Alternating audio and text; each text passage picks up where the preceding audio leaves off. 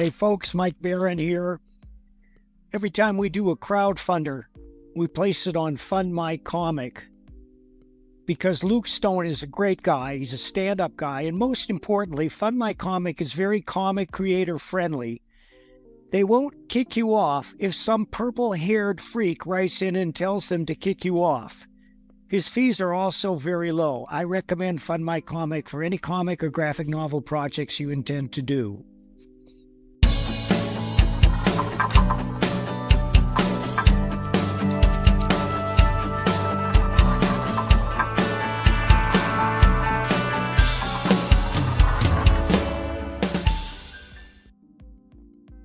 Look at you being all awake and stuff. You're reading words, and you probably aren't even stabbing anybody right now. You deserve a coffee, you little ray of sunshine.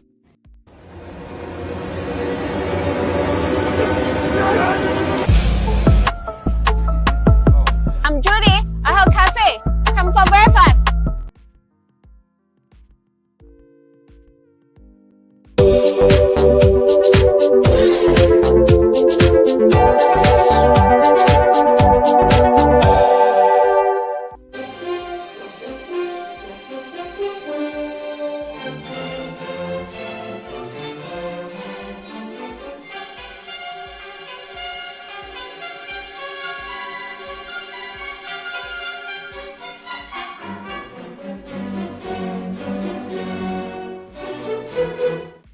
In the middle of the night or early Friday morning, depending upon where you are in the world, a group of experienced comics professionals get together to examine and instruct about the art form that they love.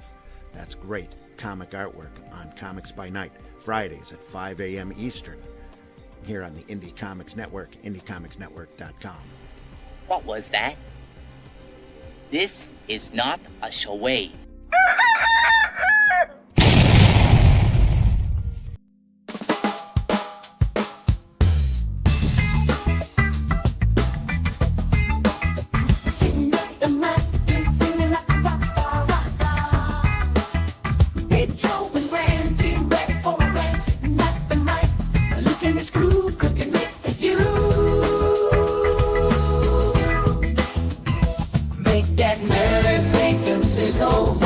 Geek talk all about the bizzle. A panel of pros who got that old school bizzle. Make the bird dance and listen to the sizzle.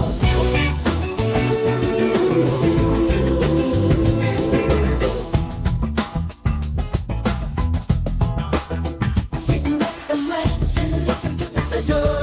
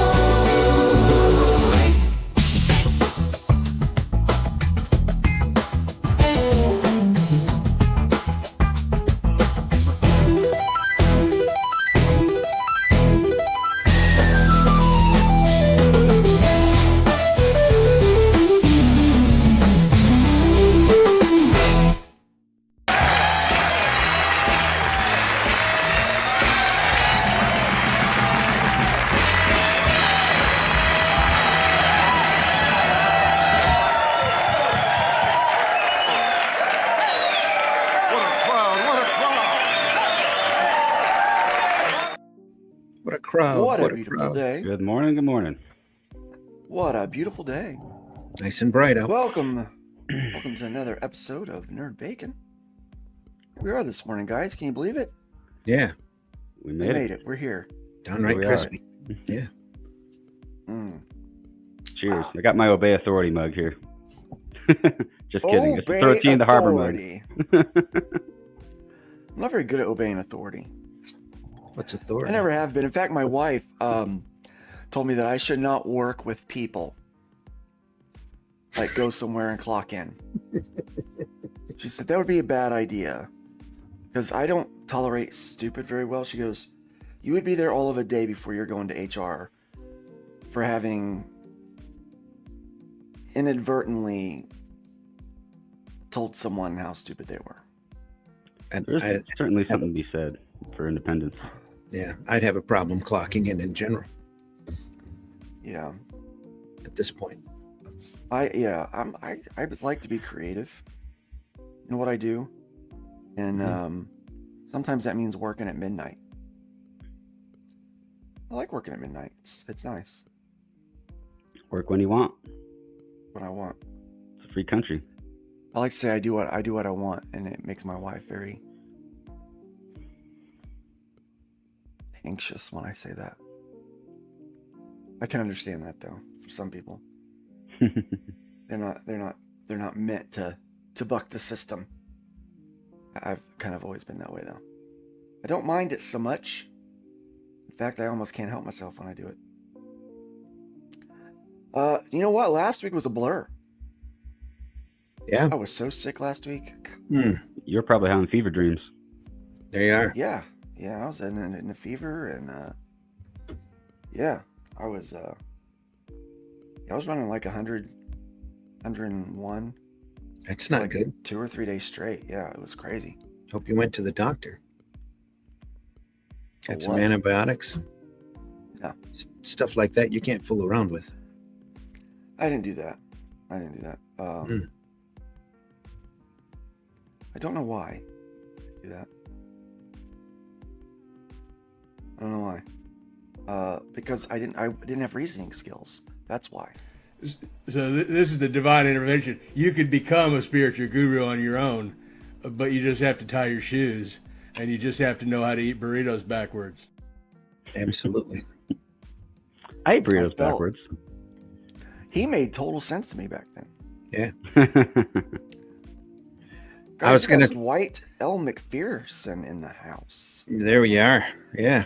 Hello, We got Tank Ferret here this morning. Tank So Ferret. now people can watch and comment through X. That's nice. Elon's Yeah. doing some stuff, man. How does he have the time? Yes. How does he find the time? I don't know how he does it. He's going to He has space, people. cutting the government, Yes, people. coming out He's with got- Rock 3. He's got 13 clones already in the can growing up. Right? You know, it'll be Probably a good. bunch of Elons right now. A lot of little Elons. Guys, Get that we have bacon. something special. We have something special. Doom and gloom. I'm not homeless. There we are. It's Pedro. Pedro. Pedro Rang here. Yep. Remember? How you guys doing? Pretty good. There we go. I'm getting my first cup of coffee in me. Yep. Nice. I like to go down to this place right down the road from me. It's called the Cherry Ghost. Here's a little logo. They got a cool little logo. Oh, The very Cherry good. Ghost. Yep, it's called the Cherry Ghost. Hmm. And I get a Well. mocha with 3 shots of espresso. Okay. It's funny to see the sun behind you guys because it's just coming up where I am. Oh, dude, like Yeah, it's let me check like because you guys are freezing right now, right? Yep. 7 degrees outside, man. Yeah, I Yeah, just we're want to cold. Yeah.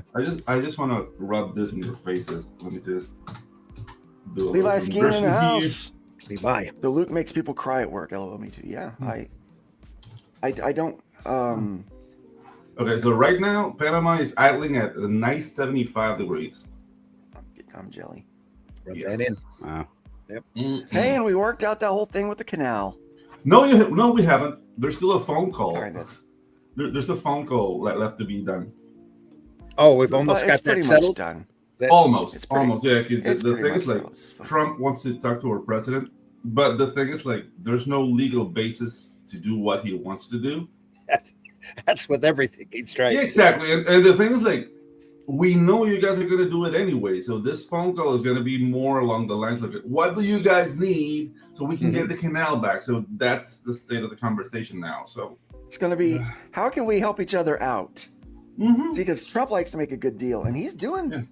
Oh, you can't see Man, that. this whole thing, I love this whole Doge thing, dude. 14. Oh, yeah, Elon's dude. over here working on X and sending Dude, rockets into outer space, and then dude, the catching them on the repercussions, fly. the repercussions around the world for Doge. Because, dude, like stripping USA, a lot of NGOs are out of work. A lot of media, like right, air stations in Latin America are going to be out of businesses. It was all USA based, and it was all nation We were building. paying for propaganda in your country. We were fronting for everything, pretty much. We were trying to get people to think like the crazies here. I was like, I can't believe you're spending money on this, man. Dude, you think saw that play in Peru? The trans Jesus Christ Superstar thing they did in Peru. Yeah. Did you hear about the comic book? I want to see that comic. 32,000. You don't. Yeah, I do. Yeah, I do. If you're gonna do a comic with propaganda, at least have a hot propaganda lady. There you That's go. what I'm saying. Save Well, the they redhead. would have. They would have, but it would have had all the wrong parts. You know what's funny? Like that filth has permeated artistry down here. Like I'm not really part of the artistic community down here because I mean it felt, I don't want to say slimy because I know really really good people there, but they have molded to this system of going for grants and going for and not really believing in the markets. Like, yeah, I want to put this out, so I'm going to go to this NGO. They have a budget allocated for art, so we're going to do, and then you end up doing what they tell you to do. Yeah, right. And dude, like I remember, like it was nothing like sexual or whatever. But I worked with an NGO that wanted to do like an ecological comic. Dude, it was a nightmare, and it's like, dude, like this is not what's happening here. Like they keep putting people in W. They're not artists, they're not editors, they don't know nothing about the crap. They just like they know like the reproductive cycle of a frog, but then they come in and try to like change the script, and then like the comic, it's unsellable. Like nobody's gonna like this, and it's totally because, unsellable. And it's because of this, the USA thing. Like it's an agenda that it's not keen on the market. Hey, what's up? Thanks for the idea. Like the animation thing's going really good. So I don't want to derail the thing, but I'm excited and scared for the future of the world. Yeah, we've always said that, when activists, it's okay. Like, I kind of run this like fine line between, having your art say something, and then being an activist that tries to use art to say something, right? I think you got to be at least a decent artist first. Yeah. There's Like way that's too kind many of got to be activists. the. No, the things that conflict, because I was reading a book, because I read about, I don't believe it. Yeah, about the difference between nationalism and patriotism, and how nationalism, it's more akin to being part of a group, and nationalism is being tied to a land. So I think having something to say and being an activist suffers from the same thing of like gray area. Even though you're an activist and you have something to say, doesn't mean that you know how to do it artistically. Right. So you have to be an artist first, and then have a cause. So you're really passionate about what you're saying, but in an artistic way, in an entertaining way, in a way that people can like, okay, like, you know what, I want to read that, and maybe years later, it's like, you know what, I never thought of that. Like that's really difficult. Like V for Vendetta. Yeah. Like that right there is a book that has something to say, but it really does a good job of it artistically. That is not a joke. That is a natural fact. I may not agree. Watchmen up there too. Yeah, I may not agree with the message of Watchmen or V for Vendetta, but I appreciate the art form. Yeah, but that's the thing. That's the thing. Like you can appreciate it without like having to agree 100% with the message. Right. I mean, they're putting all of us in different groups, and we have to like carry the flag of a group. But I do believe individuals are nuanced, and individuals can take a little bit of here, a little bit from there, and then we create our own opinion, and then come up with new things. It's called free thinking. Yeah, exactly. Ooh, and that's weird. Oh my God, we're gonna get struck. We're gonna get this panel struck. I'm gonna shut up. Don't. How dare you? calling the thought police. Yeah. So yeah, let's talk comics, guys. Yay! Comics are awesome. I got it, buddy. Yeah. I'm really. He's a pretty good guy. Hey, kitty. Guys, let's go to some news. What do you think? What do you think? Yeah, let's do it. There's news.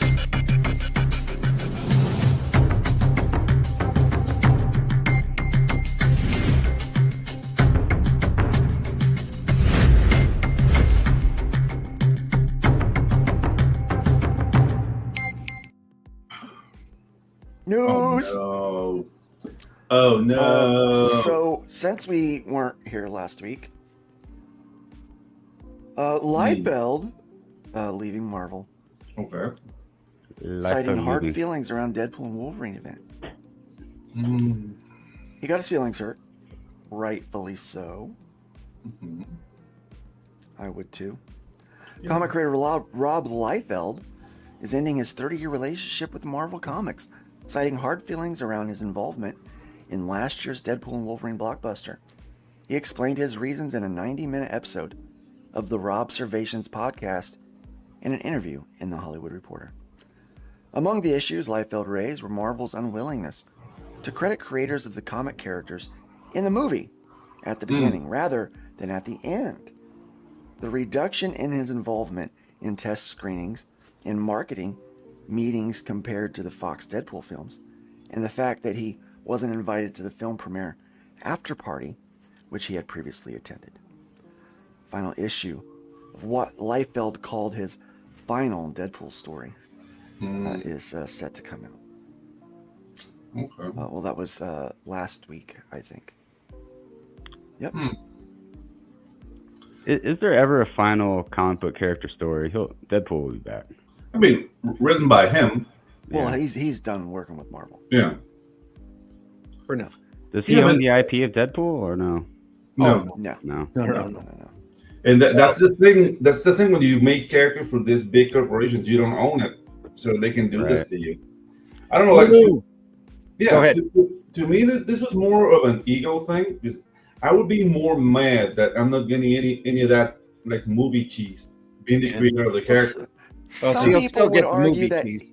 Yeah, but some people would argue that he kind of stole credit from the co-creator of Deadpool. Yeah. Also, right? Was it like Fabian Nicieza? Yeah. Doom and gloom coming soon. IDW confirms minor layoffs. Who knew IDW had employees under the age of 18? Yeah, exactly. What's a minor layoff? That's right there. 2 employees, and they had to send out a press release just to get the distance. Okay, so I have a box here that says like "Who cares?" Yeah. I'm like, let's just file it. I love their new logo because it's cut in half. Yeah, it's fantastic. It's only ID. The W. ID. And half of that's getting ready to fall off into the ocean. Exactly. IDW has confirmed that it laid off 2 employees this week. Relatively minor downsizing that continues a series of steps IDW has been taking to bring its expenses in line with its revenues. So IDW has made the difficult decision to reduce staff as part of ongoing efforts to streamline operations. The company said in response to request for comment, "We appreciate the contributions of those affected and wish them the best in their future endeavors." Turns out that U.S. aid payment wasn't coming through. So exactly. This is before the U.S. probably before the U.S. aid stuff, but reading between the lines, one can see they found 2 people in their office that probably voted for the wrong person, so they're going to fight. Probably. Or more than likely, welcome, man. Or more than likely, they're on a plane. Yeah. They're on a plane on the way to the Panamanian airport because they were deported. Like, what do you know? In those kind of cases, yeah. Did you see that Delta Airlines commercial I sent you yesterday? Cutting edge. Yeah. You know that? Yeah, the Canadian aircraft that the aircraft went down in Canada. That was It's not going so good now. You know, I guess it was an all-female crew. And, and the commercial, they didn't want to mention it. Was it playing an all-female crew? I haven't heard that. They were so lucky. Yeah.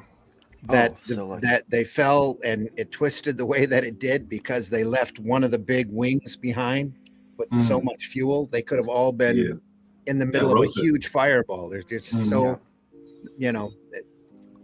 by the grace of God, literally, they're still here, even though they have a few bruises by being hung upside down. But it could have been a lot worse. Yeah. Guys, plans for the auction. Yeah. Here, you know what? It's Diamond. Why don't you read it, Zim? Yeah. Hang on. I was going to get my pennies so I can give my 2 cents worth. But anyway. There you go. Yeah. Filings in the Chapter 11 bankruptcy of Diamond Comic Distributors and related companies lay out the plan for the auction of assets, which means they're definitely breaking up, including FreeComicBookDay.com, which is described as a division.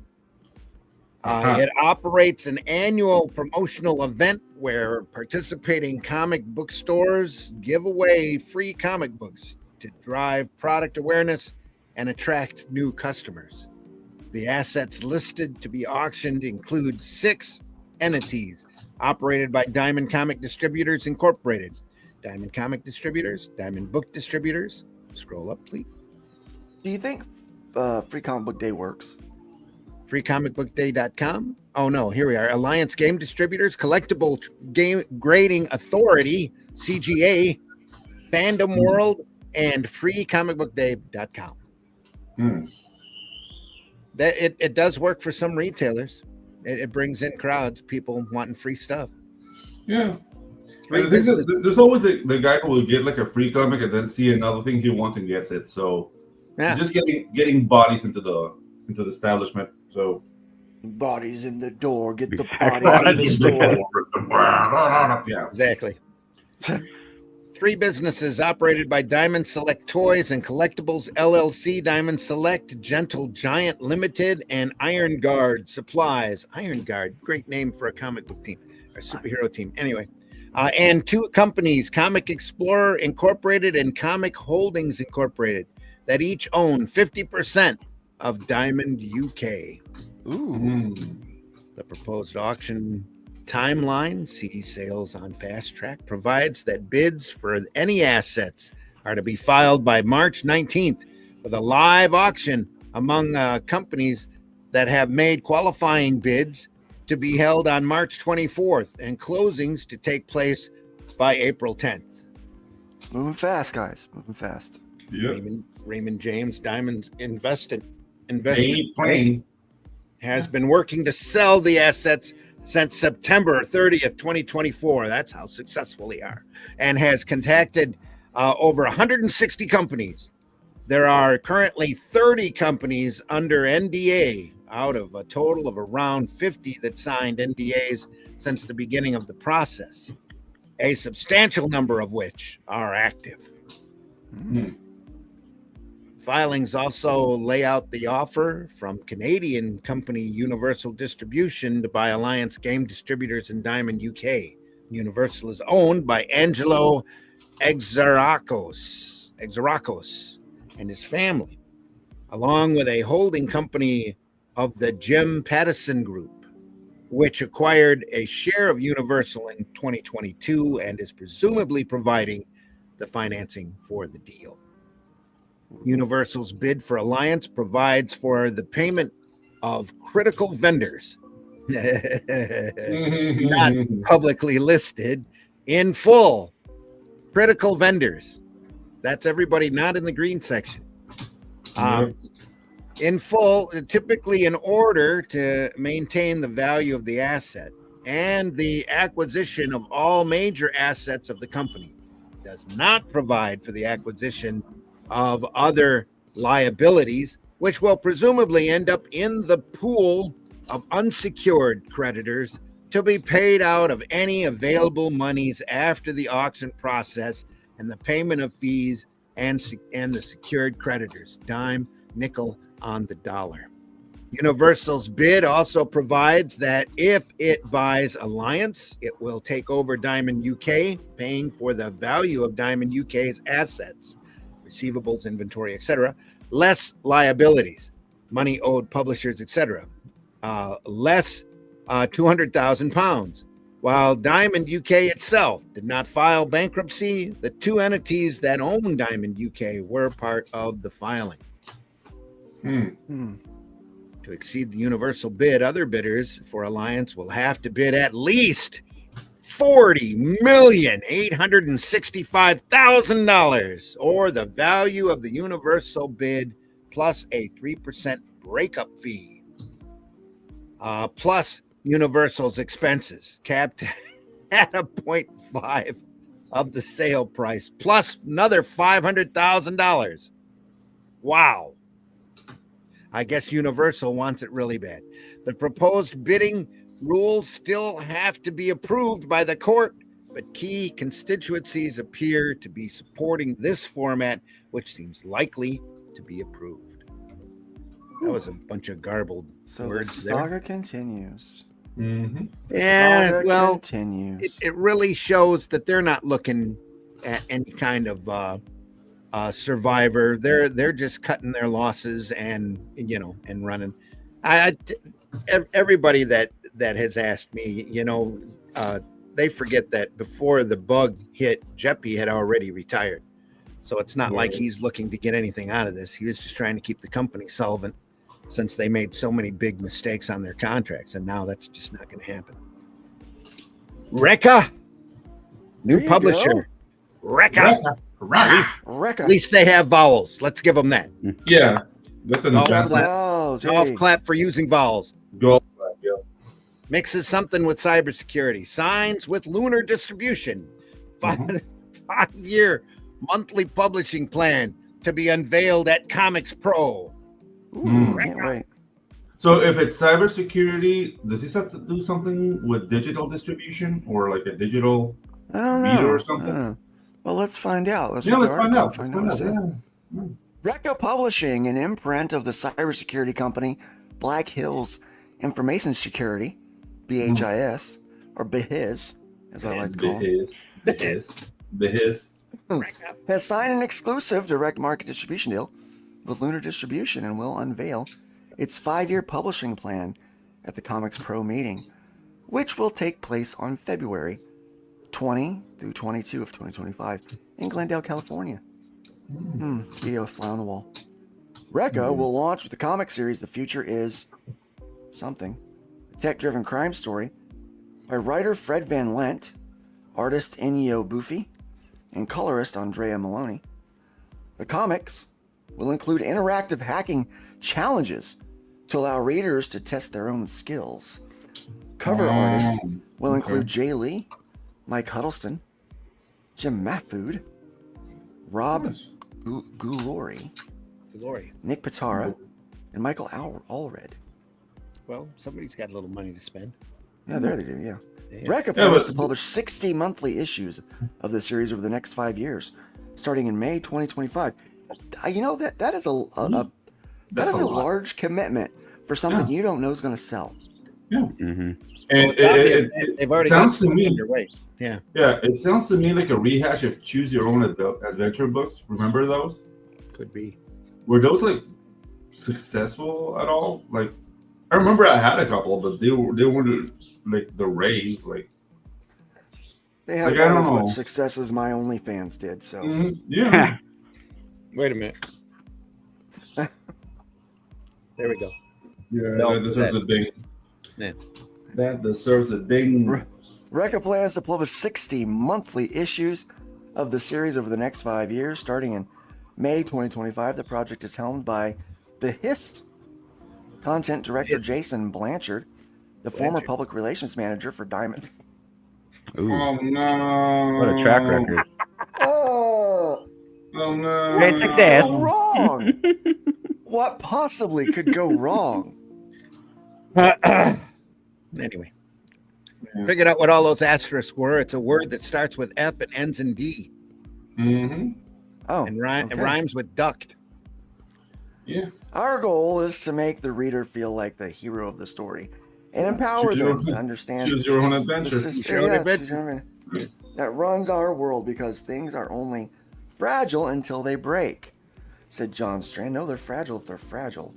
Exactly. Owner of Beas and co-CCO of Rekka, in a statement accompanying the announcement, an original The Future is Effed graphic novel was funded on Kickstarter in 2024 with 486 backers, pledged a total of $72,563.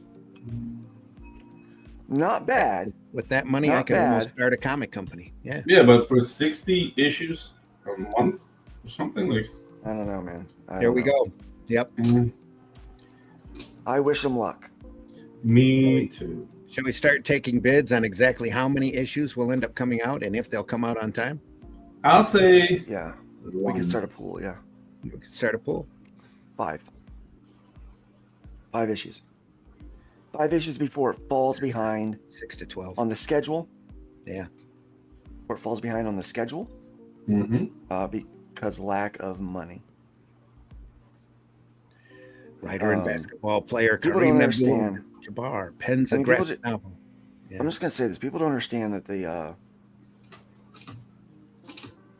problems with Diamond. The Lunar is there to pick up a lot of the pieces, as we're gonna find today. That doesn't change the impact on the retailers. Yeah. And it's one thing to have distribution, but it's another thing to have an outlet for sales. You can, like, who are you going to distribute to? That really is going to become the noticeable factor here, I think, in the next 12 months. And with ambitious plans like that, they're going to have to grab a lot of retailers real fast and get them convinced that this thing's actually going to sell. Yeah, they got. Good luck. They've got to sell it for them. Yeah. Good luck with that. Unless they're thinking about making like a great Amazon campaign or something, and go for digital sales. Like, I don't know. Like, I mean, Amazon started as a bookseller. Yeah. So maybe I don't want to speak to for them, but maybe they're even discounting the brick and mortar and just like, dude, let's just go for digital sales. You know. It could be. I E-commerce. mean, they are a cybersecurity company. Yeah. Yes. It's true. All right, guys. You know, we were talking about activism a little bit ago. Check this out. Writer and basketball player Kareem Abdul-Jabbar pens a young adult graphic novel about his life as an activist. Oh no, dude! All I the would like to know things. more about his life as a basketball player. Why You know are what? activists clones so hard to comics? Why this medium, I wonder? Yeah.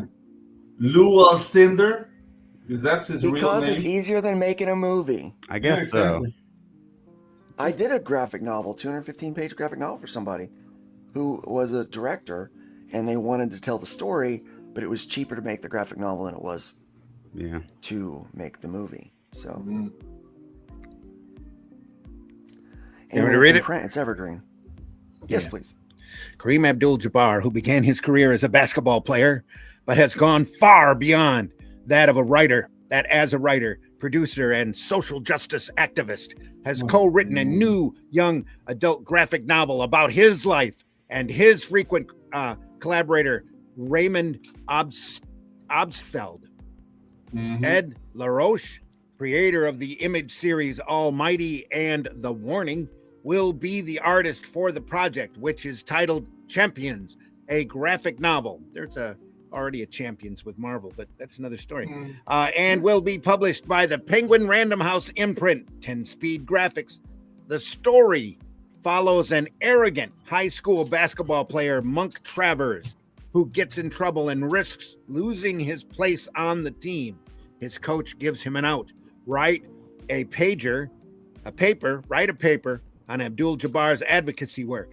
In the process of researching the paper, Monk learns about the history underlying Abdul-Jabbar's work and is stirred to action himself. The 128-page graphic novel will be released on September 2nd, 2025, in 2 formats: a paperback with a manufacturer's suggested retail price of $19.99 and a hardcover with a manufacturer's suggested retail price of $26.99.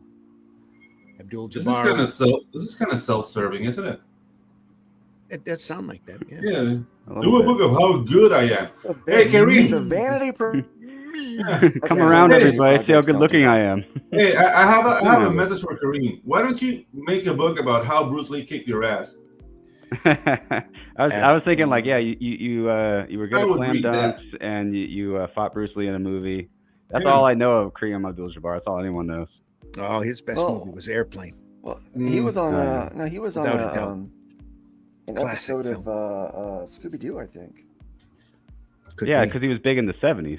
Is it Scooby Doo's All Stars? Well, to be fair, he's still pretty big. I mean, he's a large guy. Like He's 6'8", big. something like that. He is physically He'll large, die yes. Abdul Jabbar wrote the Titan series Mycroft Holmes and the Apocalypse Hand. Oh, you silly, simple bastard. There we are. And provided the introduction to Dave Chisholm and Peter Markowski's graphic biography of Charlie Parker, Chasing the Bird. I think So Mike he has- Aaron wants to write a Mycroft Holmes series because he just did a Sherlock Holmes. I think Mike's book will be better. Yeah. Just a guess. I guarantee. Go out on a limb. Chasing the Bird is a horrible name. Just saying. Udon adds Lunar and stays with Diamond for now, except for free comic book day titles. Udon Entertainment has signed on with Lunar Distribution, but will continue to be distributed by Diamond Comics Distribution as well. With one exception, Udon's 2 free comic book day comics, Mega Man #0 and Street Fighter #1, will be available only from Lunar. All Diamond orders for those books will be canceled and can be reordered from Lunar with an FOC date of February 24th, 2025. Lunar will begin distributing Udon titles with May 2025 releases. So 3 upcoming Udon titles will be available only through Diamond: Street Fighter Prime #0, Final Fight #4, and Street Fighter Masters Guile #1. The 2 free comic book day comics will be the first Udon titles to be distributed by Lunar. It's rocky time for the entire comic industry right now, said Udon Chief of Operations Eric Koh in a statement accompanying the announcement.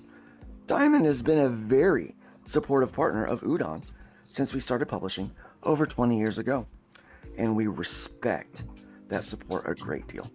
We're very hopeful that Diamond can come back strong from Chapter 11 restructuring, but with the uncertainty ahead, it makes the most sense for us and for the retailers who carry our books to open up our distribution options and make our materials available through additional partners like Lunar Distribution. I thought you were going to say, like, we hope they get out of bankruptcy, but we're not holding our breath. So that's a pat on the head as they walk out the door. That's what that is. See ya. Hey, there we are. This is like a That badminton looks like a team. very talented team right there. Yeah, badminton team. Aces. What could I guess go wrong? They're not activists and they only produce great art. Look, They just wanna they've read literally for got a fun sake. purple-haired and a blue-haired person. Well, on the positive side, this none of them mix. have their heads shaved. So. Very token. And it's nice to see Kathy Griffin actually getting some work. Finally, yeah. Yeah.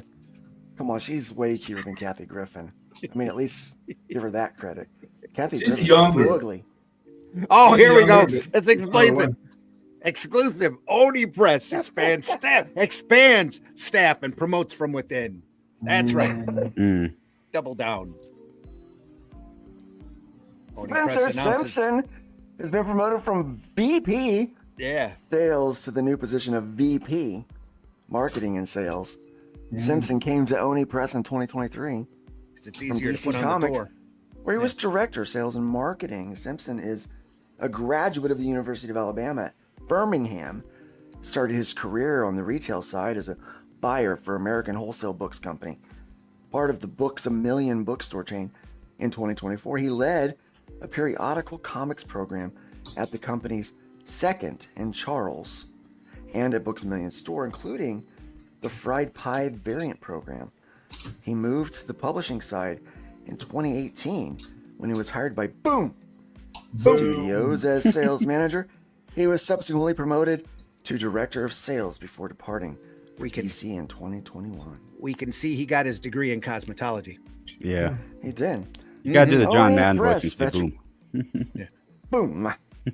Oni Boom. Press veteran Young Hoo Lee, who has been, is it Young Hoo Lee? Yeah, Is as that how I opposed would to say it? Lee. Yeah.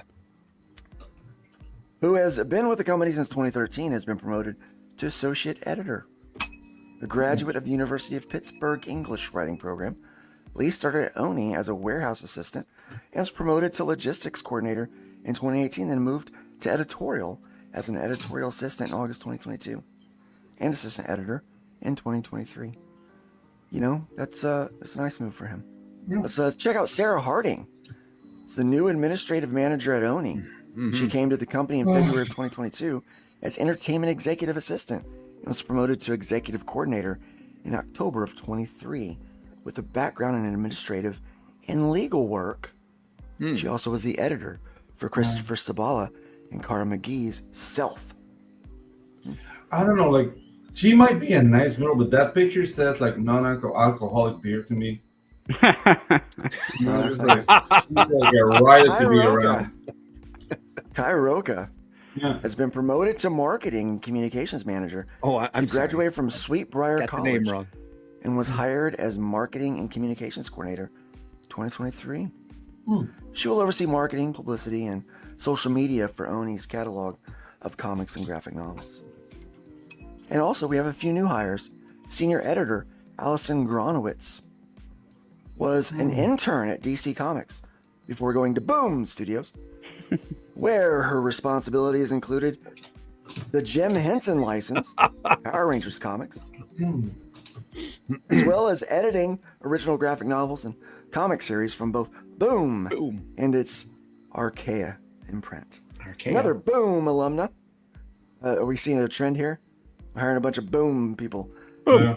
Elise Raimo comes to Oni as director of reporting and social projects, responsible for royalties administration and accounting. Nice, good job. She has a head for Oni has figures. also hired Megan Christopher as director of operations. Christopher worked in operations at Boom Studios, starting at operations assistant in 2016. Wait, and leaving Megan? as operations lead in 2022. Megan. You know I her? thought it was a dude. Sorry. No. Sorry, Megan. She might have shaved her head at one time. Yeah. That might be how she wants it to be. Yeah. Azat Sayedi Nice. actually signed on with Oni as assistant Yeah. editor in May 2024 and has been working on the Autumn Kingdom Goat Magic. I like Goat Magic. Not the book, I just like Goat Magic. Yeah. Plague Goats Horde, are funny. Plague House, That's Agent Cupcake, That was a whole different title there. Anyway, and Out of Alcatraz, Agent among other Cupcake. projects. Yes. And we're going to save the Shut boys up! for last. Sorry. Melanie Ujimori, Oni's new pre-press lead, after spending 3 years doing pre-press on manga, manhwa, and Manhwa. webtoons at Manhwa. 7 Seas. She also contributed to the Eisner Award-winning anthology Elements Fires. What's that third one? I just imagine it in the Al Pacino voice. Manhua. Manhwa. Yeah, that's Korean manga. Before you jump to the next article, I just want to point out the fact that I think it was about 2 years ago we were here on Nude Bacon.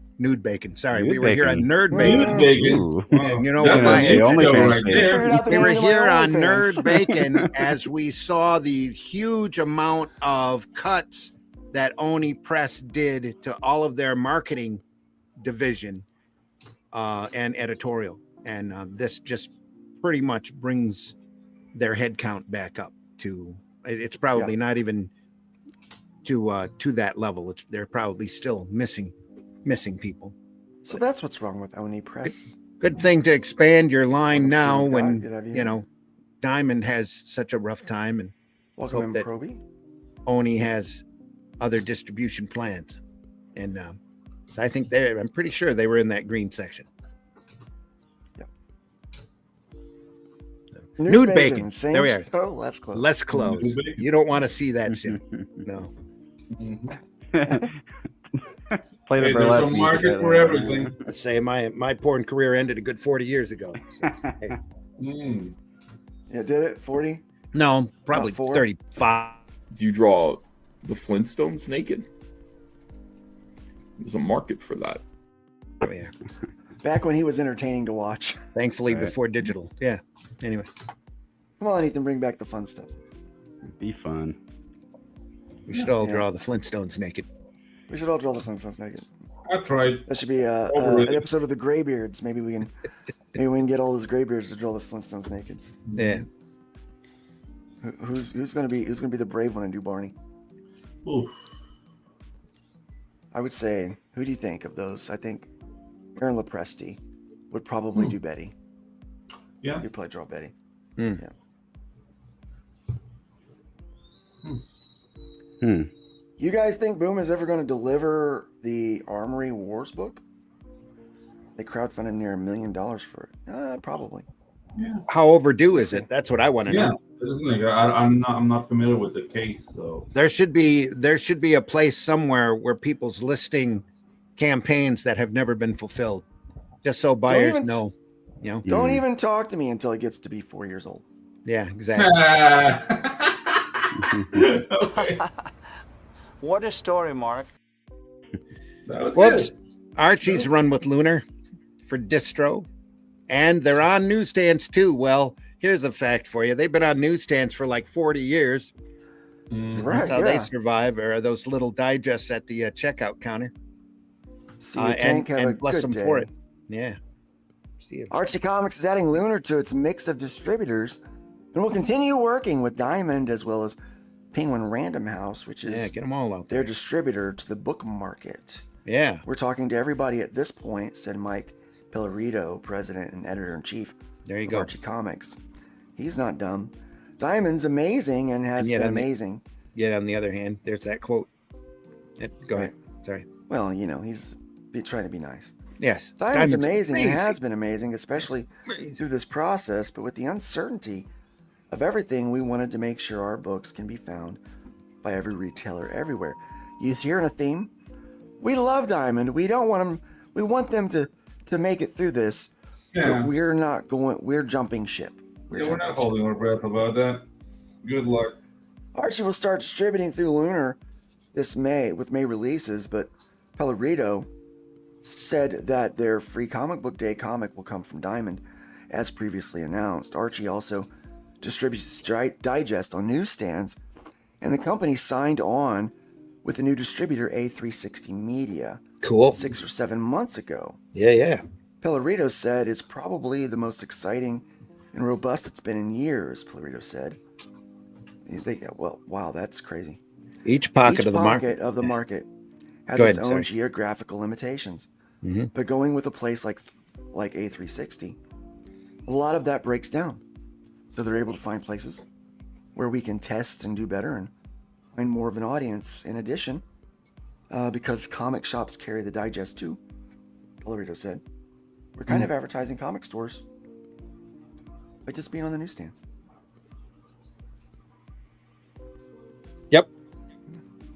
Welcome, Grey Wolf. Nice to see you. Hello. Wasn't like the newsstand not really opposed to the comic book shop in the sense that like the newsstand will have like the immediacy, and if you want to go back on the history of what you were looking for, you went to the comic book shop. Like, I don't know, like they were happy to lose the rack, the spiral rack, like the one behind me here, and get them out of their drugstores and grocery stores and have everything secluded into retail shops back in the 80s. Yeah. We actually don't have time to read Rob's article today. No. Exclusive rocket ship signs distribution deal with Lunar. And adds former Paramount exec as VP of sales, marketing. Rocket Ship Entertainment has signed on with Lunar Distribution, the latest of a number of small publishers to make that move. The new contract will take effect this week, and Rocket Ship will be in Lunar's upcoming Next Phase catalog. Rocket Ship will continue to be distributed by Simon & Schuster to comic shops who order through them, as well as the book channel. The contract with Lunar was signed last year, not related to Diamond Comic Distribution's Chapter 11 filings, which have not affected Rocket Ship in any way. Rocket Ship CEO and publisher Tom McKell told ICP2, the timing is really just coincidental. Of course. The move comes as Rocket Ship prepares to expand from graphic novels to monthly comics. We've been consulting with comic retailers on how to better serve their needs, and this is the first of several new initiatives to grow reach for our creators and partners while strengthening our position as the leader in bringing webcomics and webtoons to print, Akel said in a statement accompanying the announcement. Rocket Ship also announced it has hired Danielle Gar as VP of Sales and Marketing. Gar will lead sales across all channels for Rocket Ship, including its young readers imprint, Bottle Rocket, and T-10 games. Yeah. Before coming to Rocket Ship, she was VP, Late Night Marketing and Digital Production for NBC Universal from 2018 to 2023. And prior to that, she was SVP, Multi-Platform Content Strategy at Comedy Central and supervising producer Digital Shows Group at MTV Network.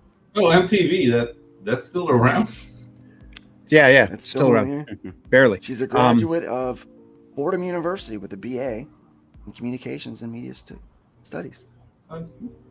Late night marketing and digital production for NBC Universal from 18 to 23. Yeah. Prior to that, she was SVP multi-platform content strategy at Comedy Central and supervising producer Digital Shows Group at MTV Networks. Huh. Okay. I don't know. Was she a multi-platform content strategy for I like her Comedy Central? glasses. Which years? Yes. I like her glasses. So does Poindexter. Yeah. Oh, boy, should we do this? January 2025, Circana Book Scan, top 20 author, manga, superhero graphic novels with actual sales. Doom and gloom coming soon. Here we go, guys. Sales were down on all three of the charts Down. of the top 20 best-selling author, manga, and superhero graphic novels, according to the Circana, formerly NPD, book scan data for January of 2025.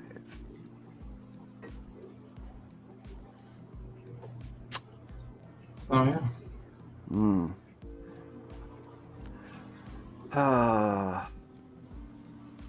19% from They were January down from of 2024. last year. Oops. Well, Yeah. I mean, the world is kind of on a pickle right now, you know? So, dude, okay, this has to do with the fact that the second season for Solo Leveling is out, and that series is kicking ass. So more than likely, that's why the sales of this. And this is all like manga, mumbo jumbo thing. It's just like Kendrick Lamar's music on Spotify. Like 9 of them being of the top 10 are Kendrick Lamar. Top 10, yeah. No, but this has to do that's season 2 of Solo Leveling came out this January. Chugong. And it looks amazing. Like, it's really well animated, and it's the classic story of the overpowered character. Like, it's nothing new really, but it looks cool. But look at the other books on there, though. Yeah. I just want to be the meme of that Star Trek meme. What is George Takei doing on there? Yeah, exactly. And then below that, we got a book that was kind of popular among the PTA. Nice. But that's a memoir. I think that's another edition of it. Yeah, it's also like, isn't it basically like porn? Well, yeah. Aren't they all? At the end of the first book, she admitted she's just started going to counseling. I hope she's getting a lot of good help. I hope she's getting a lot. Getting a lot of help. Because that book was a very troubled, was done from a very, very troubled viewpoint. You don't say. Oh, yeah. I recommend to every adult, not kid, but adult, to sit down and read it and form their own opinion on the work. But if I was Oni, I definitely would have released it pretty edited from what they ended up with. Yeah. We're talking about number 17 on there. Yes, we are. Yeah. A memoir. You've read that book. Uh-huh. Yep. There's a Ray Bradbury book on there? Doesn't Sorry, I belong keep in going kid, back to doesn't that. belong in a kids No. section. Nope. Doesn't belong in anybody's hands 16 or younger, at least. It's a story that deserves to be told. Needs to be told, I think. I think it's a Worth being tragedy told. myself. It's really a sad story, and I'm glad that she says she's getting some help. So I don't know if there's a happy story in that direction. Yeah. So I don't think they've ever superheroes. found one. To tell you the truth. The happy story here is that the top superhero graphic novel for January sold 4,000 copies. Yeah, it's a book that came out 3-4 years ago. Yeah. Ultimate Spider-Man by Jonathan Hickman. Look at that. Batman Year One still up there in the top 10. V for Vendetta. V for Vendetta still in the top 20. Yep. Watchmen, compact edition. Yeah. I I'm still really have looking yet to at see that format. really looking at redoing all of my graphic novels into compact editions. Compact That format. editions? I'm actually Kingdom on the Come. 22nd. It's still there. And number 19. Oh boy. So in 2 days, my website comes down. I'm taking my website down and completely retooling everything.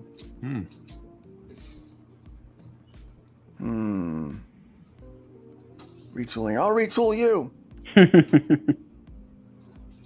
But look at this manga. 31,000. That's not bad. in So a they're month. down That's pretty good. 22%. Is that what they said in the paragraph above? Yep. Yeah, dude, I mean, there's On less 20 money manga to drop go by around at 22% this year over moment, year. guys. But here's the decrease continues the trend as January 2024. Sales were down by 25% from January of 23. The chart is also getting a lot more top heavy. The top two titles in January 25 both had sales over 20,000, while in January 2024, none reached that benchmark. Excuse me. On the other hand, year-over-year sales were down sharply at every other level. Yep. As soon as you get to number 3, bam, 9,000, 8,000, 6,000. Yep. All the way down here at the bottom to 3,000. You know, here's the thing. Even the worst selling manga is better than the best selling superhero. Yeah. And whose fault is That that? paints a bleak story. Yeah. That paints a real bleak story. Welcome, Woke Breakers. Good to have you here today. Welcome, Hojo. Good to see you in the house. Hey, And what's up, there's Hojo? Tree Goblin. Hey, hey. Good to see you here today. Great. Well, those used comic book racks are really expensive now, right? They are.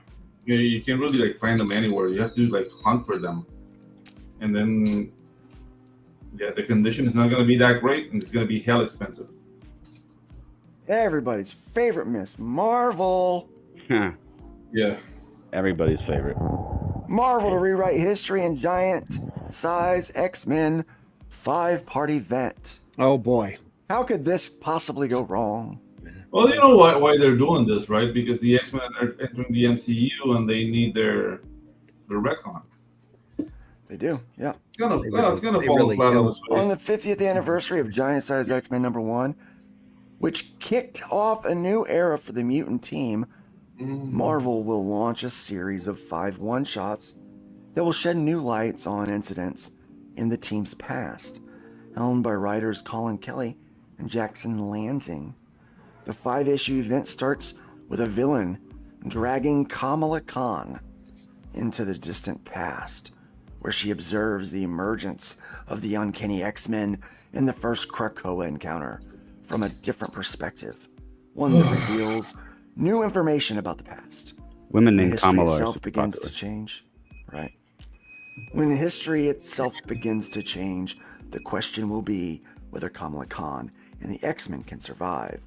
In addition to the main story, each issue will include a Revelations backup story by other X-Men creators that will reveal new incidents that may change the future.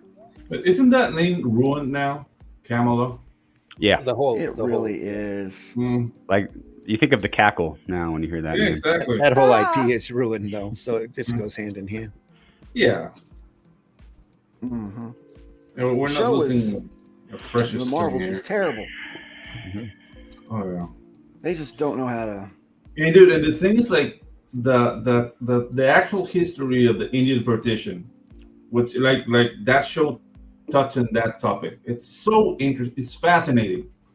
It's basically a country cracking down the middle over religious, a religious fight, dude. Like I have like 5 books on the topic, and dude, it's fascinating how like neighbor turned against neighbor. And they just like brushed over it to make it look like, ooh, this is cool, and then came up with the other lame-o story. Like, these people never learn, man. Yeah. Can't nobody tell me nothing. You can't tell me nothing. That's the thing. These guys are not writers; they're activists. It's just oh. Yeah, this culmination of decades of fan fiction. Mm-hmm. Bookbreak says sounds delightful. Delightful. I'm not really looking forward to it. Who is? Marvel Free Comic Book Day 2025 Fantastic Four Giant Size X-Men #1. Set for release on May 3rd will include a prelude to the event. The first full issue will be Giant Size X-Men #1 by Kelly Lansing and artist Adam Kubert, with a backup story by Al Ewing and Sarah Pichelli, and a main cover by Kubert. The issue will go on sale on May 28th, 2025. Subsequent issues will be Giant Size Dark Phoenix Saga #1. You know, they really keep trying to push that Dark Phoenix Saga. Yeah. They call The that movies beating a have dead all horse. failed. The movies have all failed. I didn't care for the comic book series of the Dark Phoenix. I mean, I know it sold a lot, but at least my little group of friends, we didn't like it. I thought the animated The version Burn of Austin material? I just thought that they made Phoenix too OP. Yeah, those Too are big what? It didn't problem. work for me. Too overpowered. Too overpowered. I like Oh. the animated X-Men, how they did it, but that was much better That's than why the movie. they At had to least. kill her off, right? It The was, fact that she yeah. wiped out a planet of asparagus Yeah. people. Right. Asparagus people. Oh no. Asparagus. Oh, their pee stinks. They're so Oh my sad about it. god, dude, she looks out of place. So that cover, like, she doesn't belong there. Deport her.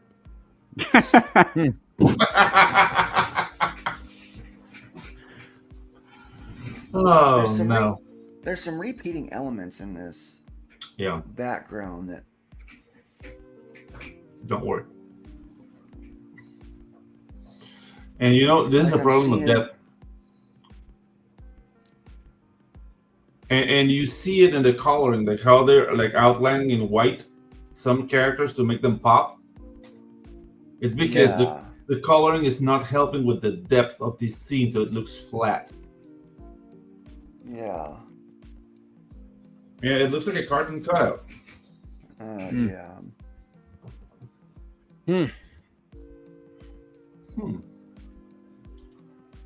Well, I could do that.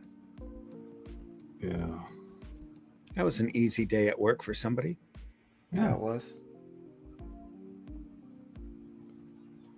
The past isn't set in stone. Yeah. Age of Apocalypse, House of M, and X-Men #2. We're gonna destroy it all, guys. We're burning Yay. the down. They've already done that. They're just licking Why? the fragments, laying on the floor now. Yeah. Why? Because fuck them. That's their opinion, yeah. Of the comic book reader, right there. Almost forgot about that one.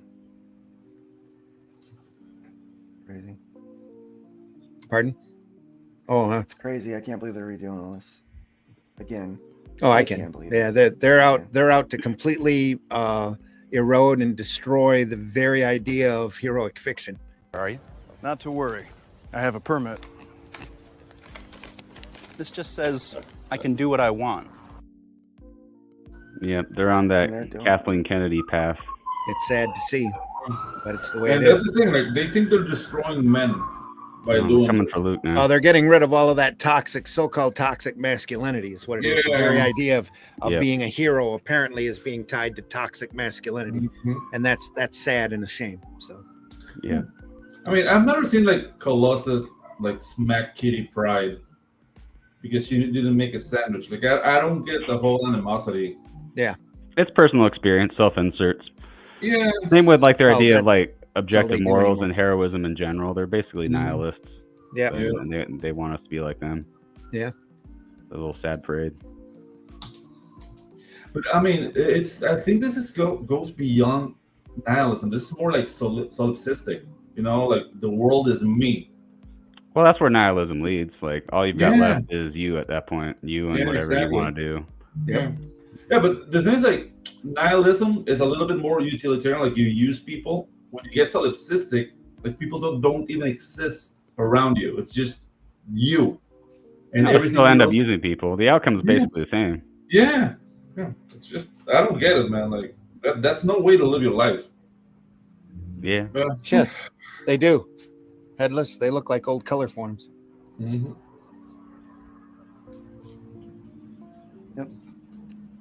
All right, here Yeah, you guys they're go. they're Mr. gonna do that Terrific to to Silver headline. Surfer now instead. Kill him off. Yeah. Anyway, Mr. Terrific to headline DC's newest All-In series. there you go. With new look at origin story by Reveal host Al Letson. Letson. Yeah, investigative journalist Al Letson, host of the radio show Reveal. Let's just sit there for a second and let that marinate. The writer of this series is an investigative journalist. Yeah. Who hosts a radio show. We'll take a fresh look at the origin story of Mr. Terrific and DC Comics' newest All-In series. See, it's like people don't think that writing comics is a real job. Yeah, So exactly. they let people try out writing in comics. Mm-hmm. Mm-hmm. Shame. It ticks me off a little bit. They want to use it to promote themselves without respecting what it is. Good morning, Sinopo. It's good to have you here today. So it means to an end for them. It's means to an end. It's just frustrating. It's frustrating. I mean, hopefully he does a good job. God, Mr. Terrific's a great character. Yeah. He's Let's terrific. take a fresh look at the origin story of Mr. Terrific in DC Comics' newest All-In series, Mr. Terrific Year 1 by Letson and artist Valentine Delandro. Delandro is a fun name to say. Yeah, With Delandro. additional art by Edwin Gallman. Yeah, Not so that much sounds fun that to sounds say. like the name of a magician. The Landro the Magnificent. It does, it doesn't, yeah.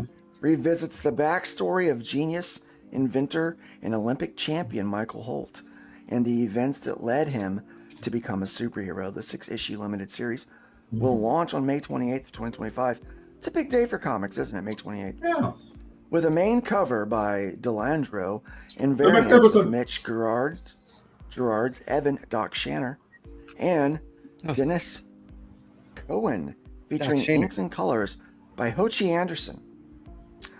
Valentine and I are diving deep and telling the origin story of who Mr. Terrific is as a man and as a superhero, Letson said in a statement accompanying the announcement. Mr. Terrific will join Superman's Good Guy gang in the early reader's graphic novel of the same name, which will be the first title in DC's slate of original graphic novels for ages 5 to 7. DC sounds like recently announced the first all-in crossover event. So ages 5 to 7, there's going to be a smut book, right? Right. According to their track record. Yeah. Well, it looks like they're really trying here, and that's nice to see. Yeah, I mean, if they turn him into Shaft, like I wouldn't mind. That's a kind of a cool cover. I mean, Yeah, it's like different. It's very kind of reminds me a little bit like the Harlem Renaissance, Uh-huh. Yeah, right? Yeah, it's kind of got that vibe. I like yeah, it. it's very like muralistic. Yeah, I Yeah. like it. I like Yeah. it. You have to applaud them for trying to bring on some new icons. Yeah, I'll tell you. And knowing that he's going to be in the Superman movie Yeah, ought to help his exposure a little. he's such a cool character too. I Lots of always potential. thought he was underutilized, in my opinion. It's really good in Arrow. I don't like this look. I like the T on his face better. Yeah, I do too. I mean, the thing is, like, yeah, he's gonna be in the Superman movie, and he's not gonna look like Simple Jack from Tropic Thunder, like what they did to Guy Gardner. So, I liked his design so much. I borrowed from it. I was inspired by it for my character Bone. yeah, it's like a partial mask with the partial mask on the face. Yeah. Yeah, it's awesome. Very cool. Very, very cool, guys. That's that's the news for today. That was kind of an eventful 2 weeks of news. Got a little bit of Looks like Vaseline on Lunar your is camera lens there. There we are. There I we have are. the same problem with mine. Yeah. Back going for the true crime look over Glare there. comes in. There you go. Look, the glare Yeah. comes in, and I'm. That's when you use the I'm voice feeling- modifier. Yep. Yeah, it's that window back there. Oh well, people aren't watching this to see my face. That's not what they're here for. That's not what, That's not what they're here for. See, they came to see your feet. Oh, that's Guys, we're gonna nude show bacon. off Sorry. some. That's nude bacon. Nude bacon. That's what they do. All right, guys, we're gonna show off some couple indie picks.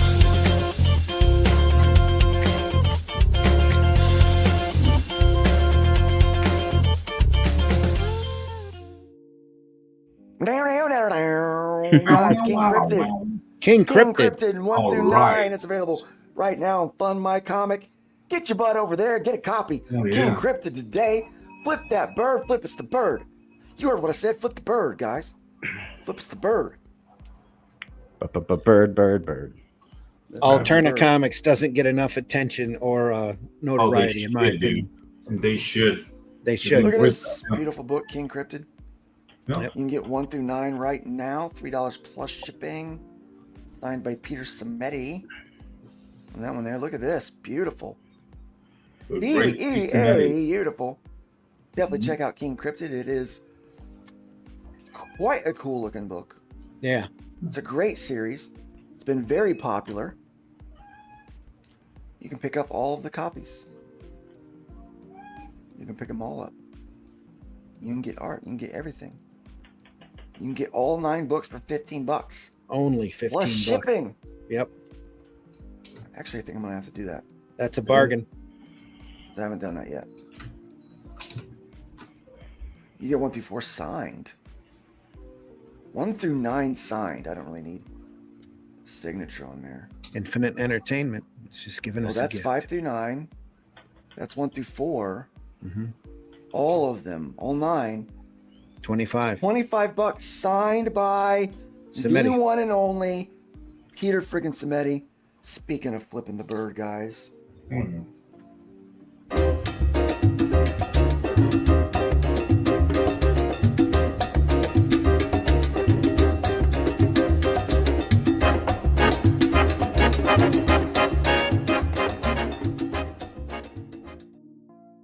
Thank you for sponsoring today's show, Infinite Entertainment. So happy to have you here. Hello, lads. Hope you're having an extra crispy morning. Except for Luke, who is not talking about the giant Gwen Stacy elephant in the room. No, Ha. I'm not. I'm not going to talk about it. We refuse. I'm not going to talk about it. I'm not going to talk about it today. I thought about it. No, I'm not going to do it. Nah. I'll get when I'm not ticked off about it. We'll talk about it. That's a giant Gwen Stacy elephant? There is a Ooh. giant Gwen Stacy elephant. Okay. And this is not, we're not making fun of fat chicks. It's actually an elephant. I have become totally yeah. apathetic with corporate comics and corporate comic movies. So I am out of the loop. Gwen Stacy's an elephant? That's all I heard. Apparently. Yeah. Right there with Spider Ham, I would imagine. Ha. Peter Porker. It's like a Simpsons joke, too. Yeah. Spider Pig, Spider Pig. They brought her back. Just her back. Big More bad dangerous than big bad. ever. Oh, wow. Is that oh, man. Oh, Yeah, I saw this. Yeah. Oh. Gwenpool. Might as It's well just so color the bad. pouch. Yeah. She's Why like, does Gwen hey. become every other character? I got a claw. Yeah, the thing is, like, she's supposed to be like in the air, but the post looks really static. I'm sorry, but when you have people already cosplaying the pink and white version of it, trying to do this is just shooting yourself in the foot. Yeah. That's terrible. Is that Sad Gwen's to see. personality too? Like, is she like that Deadpool kind of personality? No. How it fits. Well, depends upon the writer. Yeah. Yeah. But you know what meanwhile, is a good book? back to the good that stuff. you know that spending money on is not going to waste your time. There you are. King Cryptid. And, Definitely check out King Cryptid. and you're actually going to get a story too. Yep. As well Which as is King Cryptid. Amazing. Let me Yep. see what else is going on. We've talked about Project Noesis already. Yeah, you have another Cash launch. grab is up to Here's another 71,000. cool one. Yeah. Here's another cool one that just dropped on the Yeah. website here recently. Death We Raider. got Robert Death Raider. Hunter. Yeah. Robert Hunter with Death Raider. He could use he could buy a Val, but it's okay. Look at I've this been art, following dude. this for a while. That's my boy, Yeah. man. That's nice stuff. Rob is a beast. Look at that cover. Yeah. Yeah. I mean, he's a professional inker, and dude, this book looks amazing. And also follow his channel. Like, you'll get Doom with a smile. It's something like only he can do. You'll think like the most horrible news with a smile on his face. So This book looks fun. I would watch this movie. yeah, It's got like Fifth Element vibes to it, especially that cover, that lower cover, a little down. Like, I don't know. That's like a very 90s movie. It's okay. So Definitely watch okay, are you guys familiar with the Death Raider story? No. No. So it's sort of vaguely. Yeah, it's a combination between like Terminator and Universal Soldier. So it's a very like 90s tense book with like big dudes, big guns, and gore. Speaking my language. Yeah, so it's really, really cool, man. Really, really cool. Apex in the chat says, I see a glimpse of Richard Corbin in Rob Hunter's art. Yeah, I can see where you see that. Absolutely. It's got a lot of that toxic masculinity. Yeah. There's no like such thing as toxic masculinity. Just masculinity I people don't stream with like. Rob, so I've been like watching the evolution of this project for like a year or so. And yeah, dude, like, 72 pages, guys. 72 pages. $25 plus shipping. Can't beat that. No. Found its way to Fund My Comic. We're excited to have him there. Definitely check that one out. It's another one of our indie picks for the day. And see who else we're gonna start. That starts in April. That one's we're gonna have some time to promote. Noir Lemon 2. Something interesting.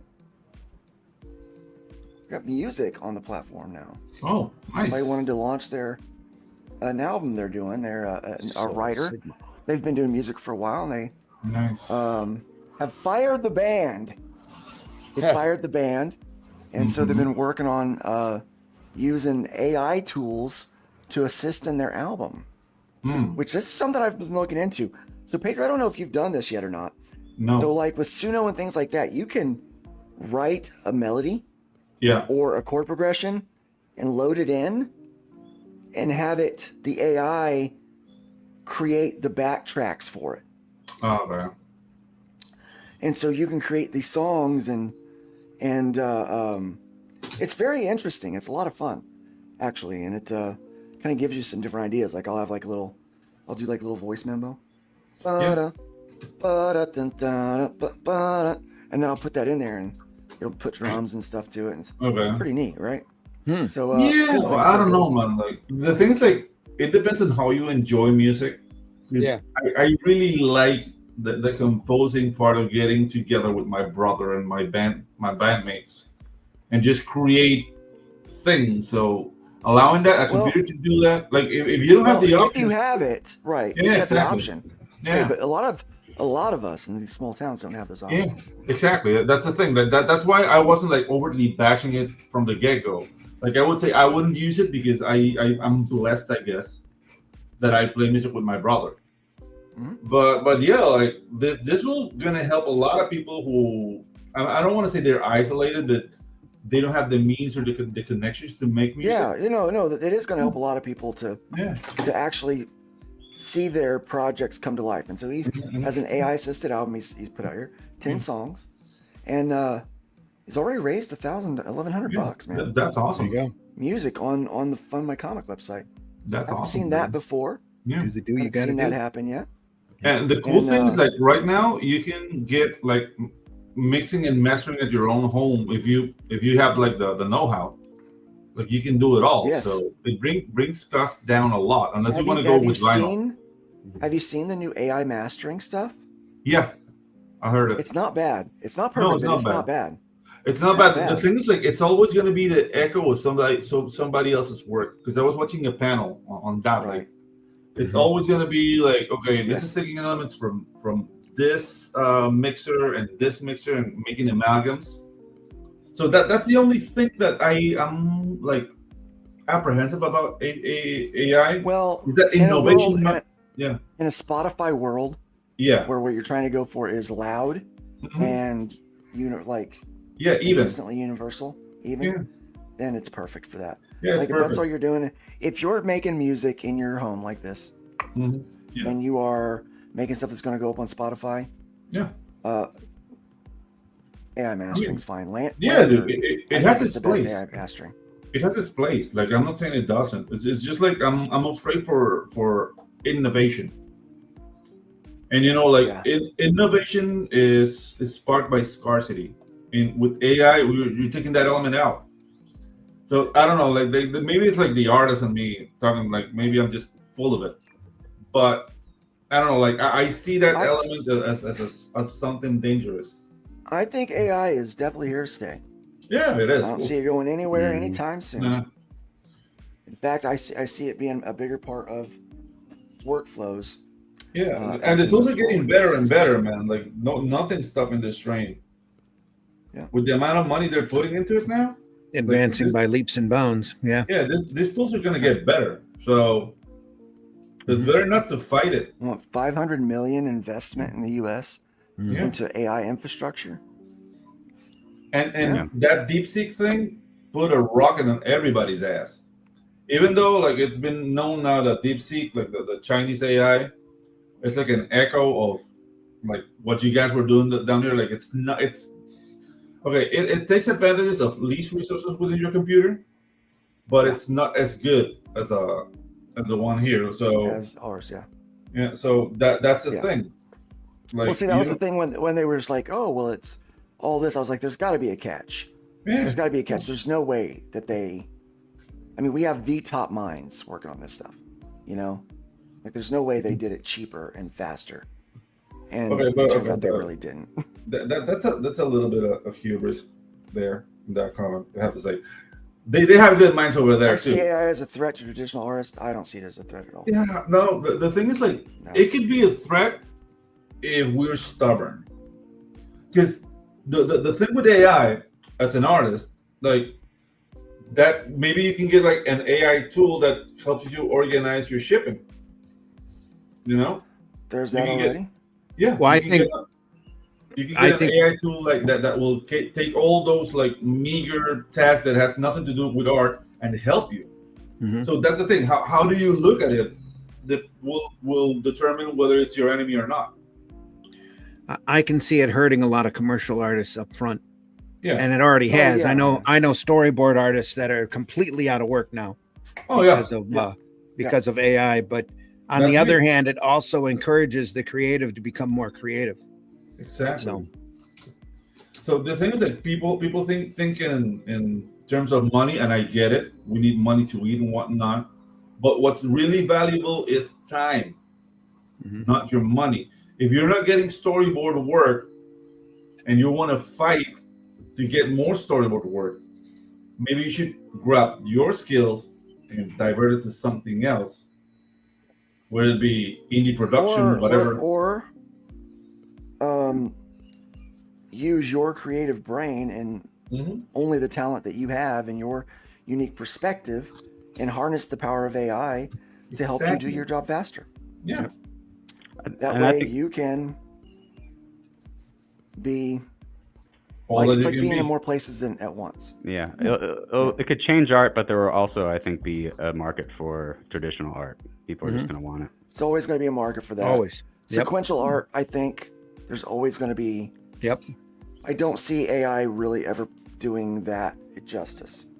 But it's like what I've seen or heard that it's happening to music. You're getting a lot more solo artists and a lot fewer bands out there. Yep. Which is forcing individual creativity. It's the same way with that was sequential art. before AI, man. Yeah, That was happening before AI. It just Yeah. accelerates it. Yeah, it does. Yeah, and it has all to do with how bands became like difficult to manage. Mhm. It's easier to manage a solo artist than Aerosmith. Yep. Yeah. And it's easier to produce a reggaeton artist than producing Metallica. But because No. of the world of streaming, Yeah. there's fewer dollars now than what there used to be. And so having a full band trying to split money, it's almost, there would be no money for a full band. So individual artists is the way to, is kind of the future of music and creativity. And dude, Hojo's asking, am I bad for you? Yeah. And there's another Hojo's thing asking. yeah. Okay, go ahead. Sorry. Hojo's asking, am I bad for using AI art to make an idea for what my commissioned human artist should draw? Luke, I need you to answer that specifically. The answer is no. Actually, it's no. I've gotten to the point where I had no idea how to. I'd used all of my ideas for covers that I was working on. I was working on like a group of 7 covers, but I'd used every idea that I had for possible layouts, and a few of them were rejected. And I'm like, I need some starters, something to prime the well. You know, if you ever worked with an old well, you guys know what this is. You have a bucket of water, and you pour that bucket of water in the well to prime it, so that it has something to start the suction when you start pumping it. I feel like that's what AI is for me sometimes. Sometimes it's the bucket of water to prime the well that gets the juices flowing for me. So I'm never scared of AI. I've embraced the idea that it's, that it's there, and that, I can use it to help me. And I make it my little bee is what I do. So no problem there at all. Right below that, Hojo says, but Pedro, why would anyone want to replicate Aerosmith? True. But I was just looking for an example of a very difficult band.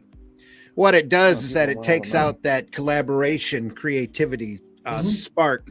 And I don't think I think it really hurts the level of artistic expression within the band. I mean, there's always going to be great creative people out there breaking ground. But when it comes to like that, you're not the whole era of very classic rock and roll. That's why these old guys are still making tons of money going out and touring, was because at one point or another, they all got together in a studio and said, hey, this works. And the next guy says, no, that's BS. This works.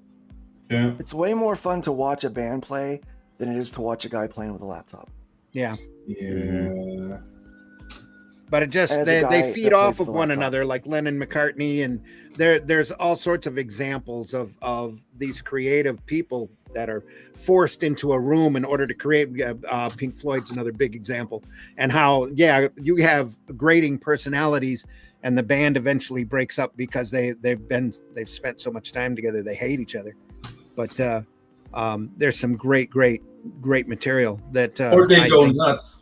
I think you're not going to see that level except for very rare creative individual sparks out there, which is cool because then they'll rise to the top and maybe settle touchstone for music. And the whole thing, like the mainstream bands, like they're not making any money.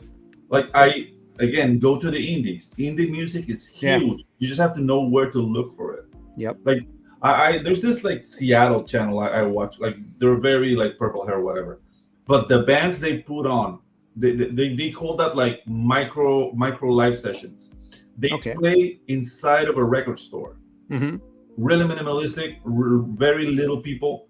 And dude, the bands are great musicianship, but they're just not famous.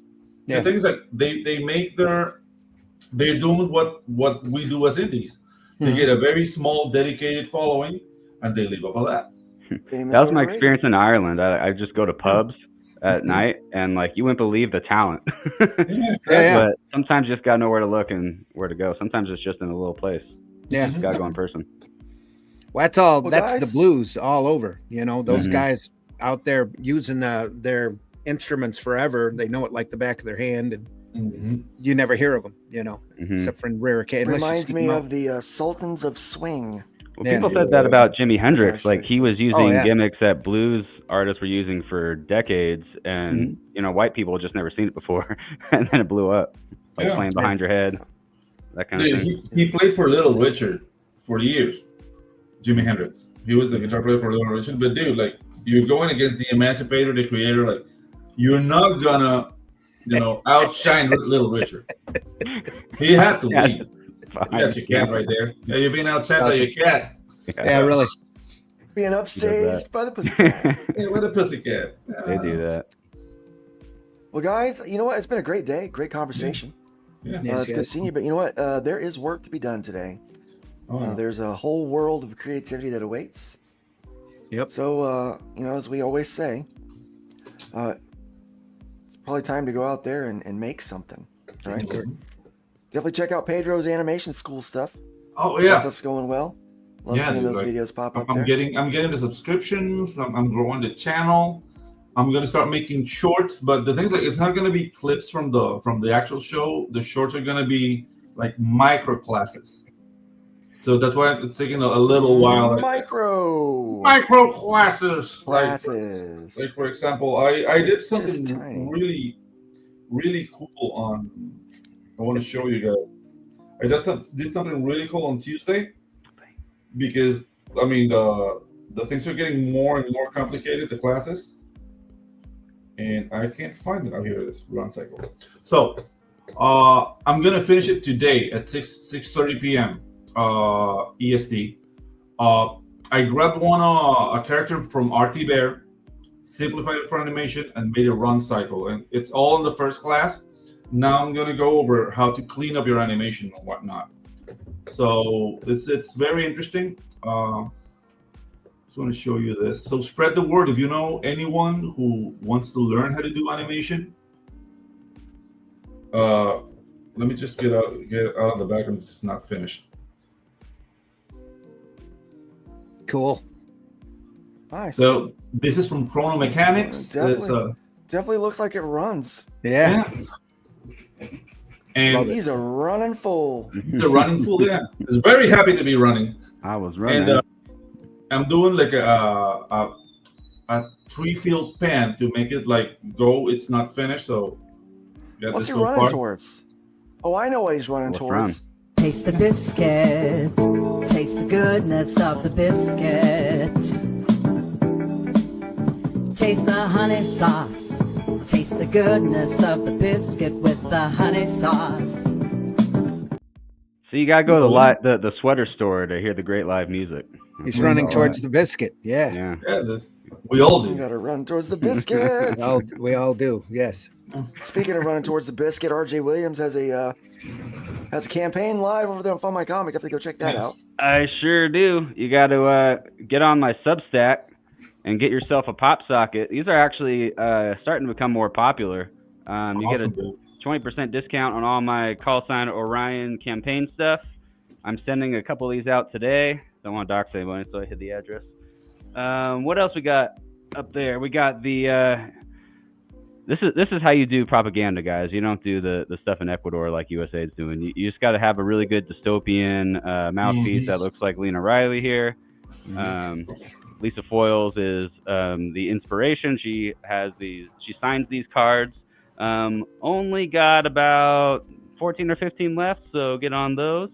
I also got whoa. I get excited. Sorry.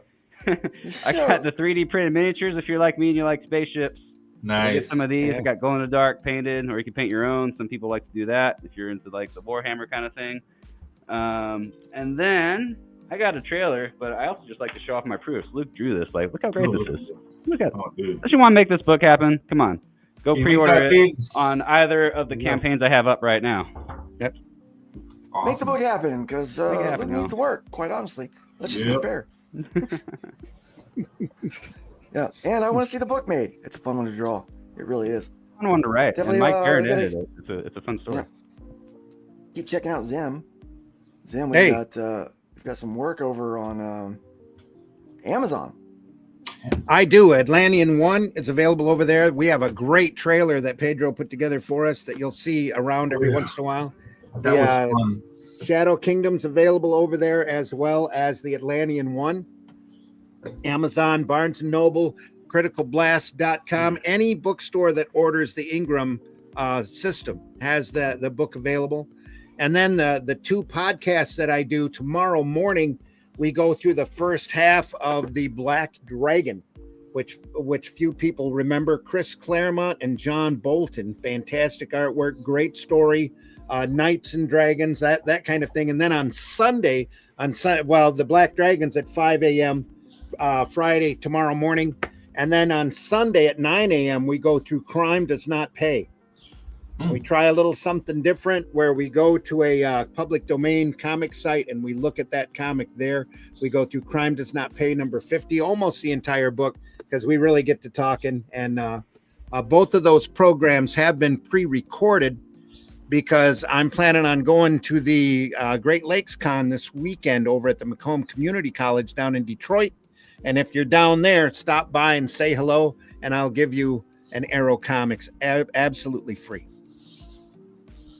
So I'll be happy to do that. And then watch those podcasts. And then Atlantean 3 or Atlantean 2 is almost in the final stages of production now, and will be out on Fund My Comic here in March for the campaign. It's coming to March. It's a hot story. Chris Santino, or Charles Santino, who had written Conan in the past, has a little plot incorporated inside the larger story. I'm really proud of the story. I hope everybody gets a chance to see it and enjoy it, because I can't recommend it enough. And then Atlantean 3 is in production. I'm doing the final script on that now. So, and that should be out, I think, in June.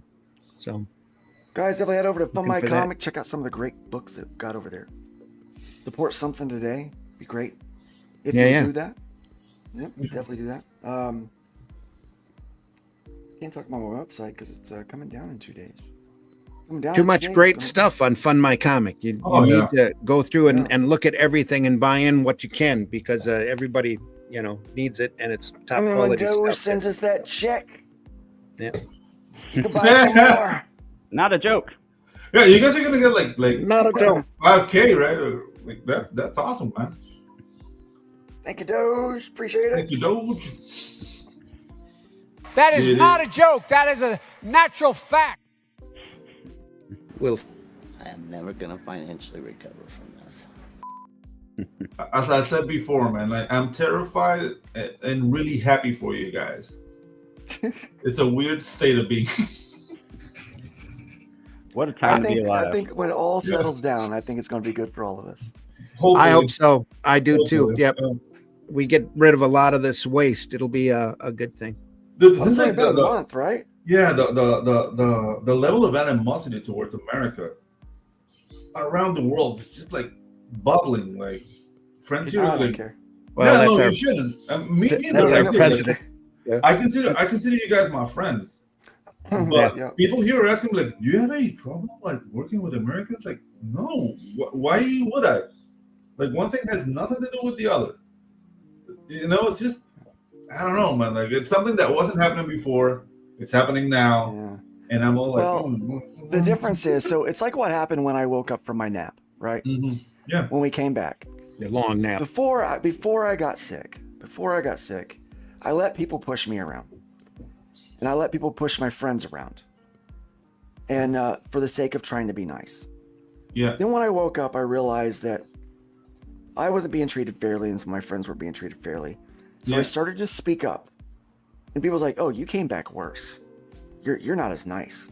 Well, no, I'm super nice to the people that work well with me, but anyone that was trying to exploit me or my friends, they think I'm a real bad guy right now. And that's what's happening, right? So America has been taken advantage of for a long time. by our quote-unquote allies. And now we got a guy that's trying to fix that, trying to right the wrong so we can set up another 100 years of success on the world stage for everybody, right, that wants to be a part of this. And it's people are upset that they don't get that. It's changing them. It's changing their, when these NGOs are not getting the money, when these countries are not getting the money that they were getting, when they've got to stand on their own 2 feet to defend themselves. Yeah. Which, I mean, Europe should have been already doing that, right? So you start thinking about, why haven't they been? Why have we been the piggy bank? Why have we been daddy warbucks to everybody? And the police department for the whole world? That's not fair. For them or for us, right? Yeah. Right. No, So now that that's changing, it's people. There's going to be some tension in that until people find their place. It's like the president of Uganda. I really like the president of Uganda. He was like, "Why do you care? It's their money. Why do you care if they're shutting it off? Yeah, exactly. It's their I think money." it was Kenya, actually. No, it was Kenya. And the guy from Burkina Faso also said that. Yeah. Like the thing is, like, I mean, this is all like the old paradigm from after World War II is ending. The Bretton Woods agreement, all that. Like, you became the policeman of the world because you were the only nation left standing.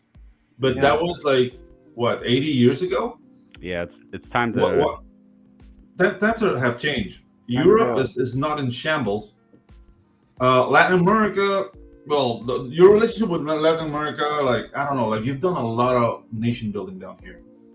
So we do have a reason to be apprehensive about this, like American bravado. But I don't think it's going to amount to nothing. It's more like, I had this conversation with some people, some Americans actually. Like, the thing is, like, the American message in Latin America sounds like a white beater trying to come back. Like, come on, baby. Well, that was then. We're not gonna do it again. Like, we're like, oh, okay. So maybe the apprehension comes from there. So I don't know. Like, there's no clear people who are responsible. Like, there's no clear, like, who's responsible for this. Because saying, like, other nations were taking advantage of you, yes, but they were using the USA. Like, we have no control over USA. USA decides who they give money to. So it was a system that was, like, basically feeding itself at your expense. Like, I'm not saying it wasn't at your expense. It was at your expense, but at least Latin American countries wouldn't go to the US like, you give me money now. It was more of USA coming in like, hey, like, this TV station you have here, you need some money for that? So we were literally doing what we said Russia was doing to us. Yeah. We've been influencing elections by paying money to the media of these other countries. I'm like, like, we're just glossing over the fact that we have been the bad guys for quite a while. Are we the baddies? What? But the thing is, the villains here? But that's the thing. Like, we don't see the American citizen as a villain. We see you as a victim of this system too. Yeah. Because it wasn't like, what it look, is, you didn't go out like, what, Mr. President? Go to Ecuador and buy their radio station so they can turn their population gay. Like, none of you guys have done that. So why should I blame you for that? That's dumb. No, I missed out on that one. Yeah. That's the Disney Channel. But anyway. Yeah. It's like that. They're coming to get you, Pedro, right now. Yeah, Christmas no, that's an vacation. ambulance. Okay. That's an ambulance. He goes, did your company kill off all those people in India recently? No, we missed out on that one. We missed out on that one. Yeah. We wish. But, yeah, dude. Yeah. This is all to say, like, at least Panamanians don't hate American citizens. We're just like, okay, so there's a We love the Panamaniacs. Yeah. There's a huge paradigm shift coming, and there's a siren. We Just like keep the in- Canadians too. Just keep in mind. Just keep in We just mind. wanted to become the 51st state. Trump's only been in office for a month. For a month, yeah. 1 month. Just a month. Look how badly people are freaking out. A lot more fun to come. It's gonna be 4 long years. It really feels is. like 3 years. Like, it's been a month and it feels like 3 years. But I kind of embrace it because really good things are happening. And you'll know how successful they are at the next election cycle in 2 years if those scales tip even farther, which it looks like it's gonna. Yeah. Yeah, we're in for some fun times. Well, I have a feeling there's going to be some politicians in jail. Yeah, hopefully, man. They should get right away. Yes. No, you know what? What's really cool is this shift from, like, I don't want to say isolationism that America's doing, but just like changing of the guard of how you deal with the world. It's gonna cut the funding of a lot of corrupt politicians down here. Yes. Yep. So they basically live up what not only USA, but dude, the CIA and other those like shadow corporations. Well, it's clear money laundering is what's been happening. We will give money to something, then it will get moved into another thing, and then it gets disseminated down into people. And we found out that one of the people we were giving it to was a rapper in Palestine that was anti-Israel. Yeah. Like they were rapping, he's doing Hamas propaganda. The big thing with that, though, is every time that money changes hands, some politician gets their pockets lined. And that's got to stop in the worst way. And hopefully they're going to start tying some of that money back around as well. Yeah. Because every time you hear about all this stuff that USA did and all that money going out, but every time that money goes out, somebody up in Washington was getting a little taste. Oh, yeah, that's what happened. Our hope is that as they stop the leaks from the money, they shore that up. We can get more of that money in our own pockets, so that we could do better business with our comics, right? Yeah, not only that, Luke, like getting rid of those people, that's gonna affect how you legislate up there. Yes. So you get people who are more keen to business more so than controlling people. You're going to see a lot of retirements the next couple of years, especially up there in the Senate and the House of Representatives. This is going to be good in so many levels. Yep. That's why I'm excited about it. I just don't know if we're going to be a territory or a new state or what. That's the only thing that's giving me like, okay, I'm like that whole, Trump's a pretty good. He's a troll. He is trolling the left in Canada so hard right now. Oh, yeah, dude. Every time you turn around. You see that time cover they released? That's amazing. Yeah. They bring it on themselves. You show up acting a certain way, looking a certain way. Trudeau's your prime minister. You kind of invite that. You do. Yeah, Yeah. dude, It's like the guy. I'm like, oh my gosh. I mean, Trump. The thing is, I know so many Canadians that don't feel the way these outspoken left people do. Yeah. Like they don't feel that way at all. Yep. They're sick of what their politicians are doing to them. Well, they don't have an electoral college, so like like a few cities like Toronto, Vancouver, they could just run away with your election. Like Los Angeles and New York would do the same thing to us if we didn't have an electoral college. That's true. Yeah. You know what I really appreciate? That JD Vance made the defense minister of the EU cry. Yeah, right. That was like, talking whoa, about free speech. Hey, come Oh, on, that was man. a mic drop speech, man. Wasn't that on a Zoom call too? Right? That was on a Zoom call. He didn't even go over there. He just No, he was telecasted there. it. Was he there? No, he was there. He in was there. person. He was there. He told them to their face, and the He guy went in broke their up. home. Yeah. And mic dropped him, right? Yeah. Yeah, no, he basically said, I'm like, he basically said, listen to your people. What you're doing is something they don't want. Yeah. You like basically overturned an election, the will of the people. America does not align with those views. So realign, and we can be the friends we've always been, or we're just gonna go our way. It's like, this is unacceptable. It's like, whoa. Yeah. Yep, that's negotiation. Yeah, We're gonna take the whole thing. Yeah, Actually, but this one headless. The thing is, in reality, China is not in charge of the canal. Like, I can tell. Like, you guys are. I mean, your Yeah, officials are yeah. saying a lot of things that are not true. Because, I mean, if you go to the by law, only Panamanian nationals can be at the board of the canal. Yeah. And Americans that were born in the Panama Canal area, called Sonians, are part of that Those board. people are paid for. No. by China. Okay. Wait a second, Luke. That's the thing. Like, you can say that, and yeah, China is in Panama. China is not in the Panama Canal. Why? Because by law, Panama, the country, the state, is not in charge of the Panama Canal. It's a autonomous entity. That's by law, done in the Constitution Amendment in 1997. We're ready to get it back. The two ports on the other sides, those contracts were done in 1997, while the Americans were still here and the Southern Command was still in Panama. And those were done with the Hutchison Company. They were part of Hong Kong, which was still a protectorate of England. So we didn't really even make the deal with China. Hong Kong goes back to China. Panama has no control over that. Hutchison becomes a Chinese company. We have no control over that. And yeah, that's like when Panama is innocent. Where Panama is at fault was in 2017. Why? Because Panama breaks relationship with Taiwan. We didn't need to do that to recognize China at the UN. And then we go back into the Belt and Road Initiative.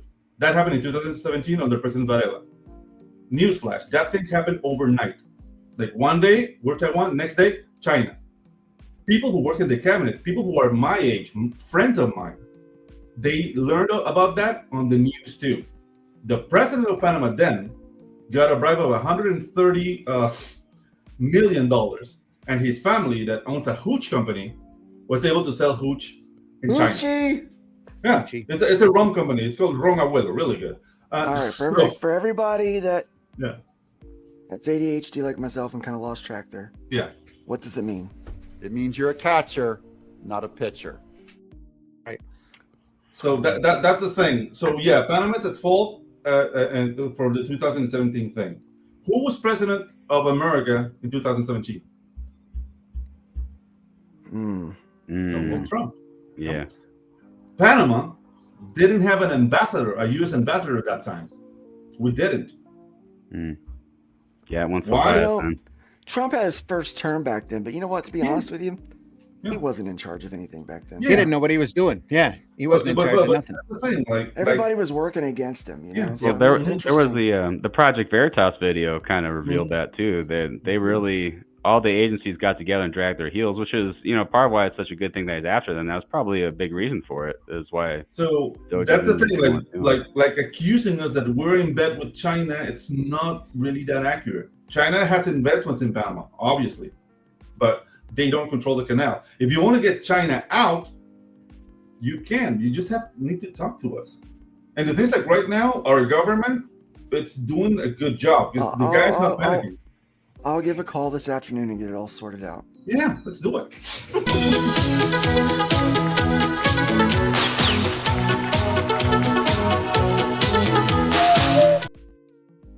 Yeah. Wait till the Panamanians hear that not all comics are USAID backed.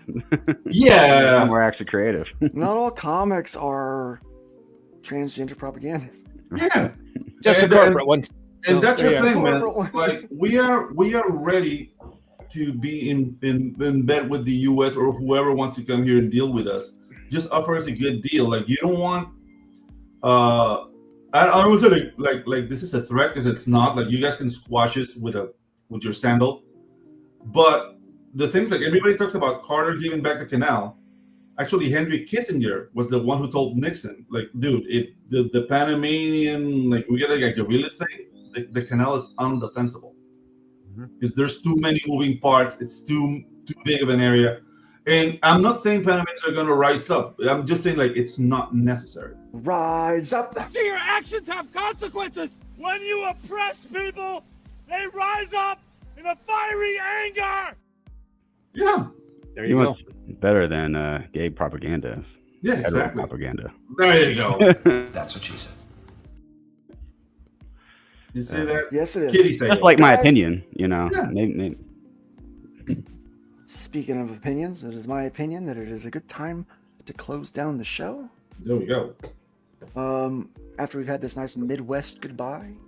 Yeah, really. A history lesson Irish for Pedro. goodbye? What's that like? And a history lesson for Pedro. Thank you for a history lesson. Yeah, dude. But look, if you can show me one person that's working in the Panama Canal that does not have an Asian fetish, then we're guilty. Then we're guilty. Yeah. If any, do Panamanians love lo mein? Who's Yes, low main? Yeah, we do. We do love low main. Man, we got And- a lot done today. We got a lot done today. We really did. Gail is proud of it. Yay! Think about what you've accomplished. Exactly. So much, guys. Remember, you got to build up more than you tear down. Got to leave the wood pile high when you find it. You know what? While you're at it, try your best to be careful out there. Take care. Take care. Be careful out there. Where's Yeah, the video? We need to be careful out there. See you on the next one. Careful. Careful. Let's be careful out there. Let's be careful out there.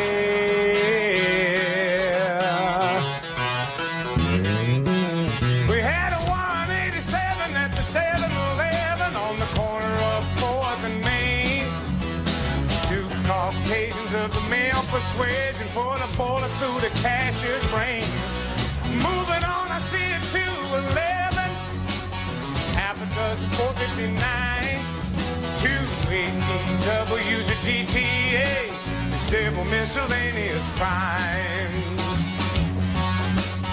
Homicide.